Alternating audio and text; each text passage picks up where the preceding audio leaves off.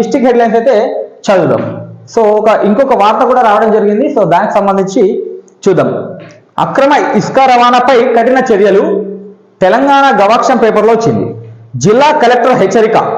మల్లాపూర్ మండలం సాతారం గ్రామం, మెట్పల్లి మండలం ఆత్మకూరు గ్రామంలో ఉన్న ఇసుక రీచ్ వాగులను ఆర్డీఓ శ్రీనివాస్తో కలిసి కలెక్టర్ బి సత్యప్రసాద్ మంగళవారం పరిశీలించారు. అనంతరం కలెక్టర్ మాట్లాడుతూ పాలసీ ప్రకారం మాత్రమే ఇసుక రవాణా జరగాలని తెలిపారు. అక్రమ ఇసుక రవాణా జరగకుండా పక్కగా చెక్ పోస్ట్ ఏర్పాటు చేసి భద్రత ఏర్పాటు చేయాలని మైనింగ్ అధికారులకు ఆదేశించారు.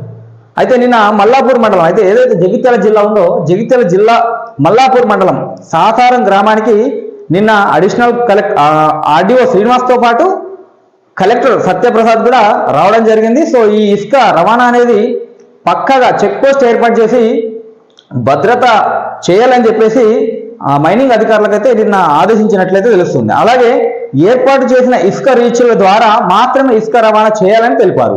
అలాగే తహసీల్దార్ల సిబ్బంది అక్రమ ఇసుక రవాణా జరగకుండా ఎప్పటికప్పుడు నిఘా ఉంచాలని తెలిపారు.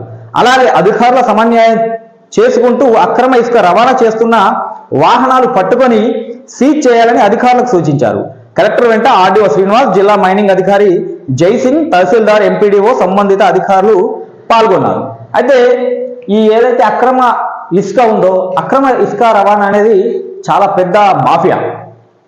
అక్రమంగా అయితే ఈ ఇసుకను తరలించడం ద్వారా దానికి కొన్ని జగిత్యాల జిల్లా కలెక్టర్ బి సత్యప్రసాద్ సో వాటికి సంబంధించి నిన్నైతే మల్లాపూర్ మండలం రావడం జరిగింది. ఈ ఇసుకకు సంబంధించిన దాని గురించి ఒక చెక్ పోస్ట్ ఏర్పాటు చేయాలా, దానికి మైనింగ్ అధికారులకు అయితే చెప్పడం జరిగింది. సో ఇట్లా ఈ యొక్క చెక్ పోస్ట్ ఏర్పాటు చేయాలి. అలాగే సంబంధిత తహసీల్దారులు ఏ మండలాలకు సంబంధించిన తహసీల్దారులు కూడా ఒక నిఘా ఉంచాలని చెప్పేసి, అలాగే కేజ్ చేసి వాహనాలను అలాగే ఈ యొక్క ఇసుకలను సీజ్ చేయాలని చెప్పేసి ఇప్పుడు తెలంగాణ గవాక్షంలో రాసిన వార్తనైతే చదివాం.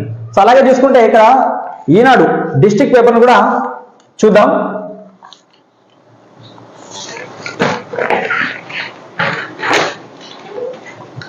సో ఈనాడులా రీచ్ నుంచే ఇసుక రవాణా కలెక్టర్ ఏదైతే ఇప్పుడు మనం తెలంగాణ గవాక్షంలో చదివిన వార్తనో సో దాన్నే ఇక్కడ ఈనాడులో కూడా ఇవ్వడం జరిగింది. జిల్లాలో గేల అధికారులు కట్టుదిట్టమైన చర్యలు చేపట్టే ఎంపిక చేసిన రీచ్ల నుంచే ఇసుక రవాణా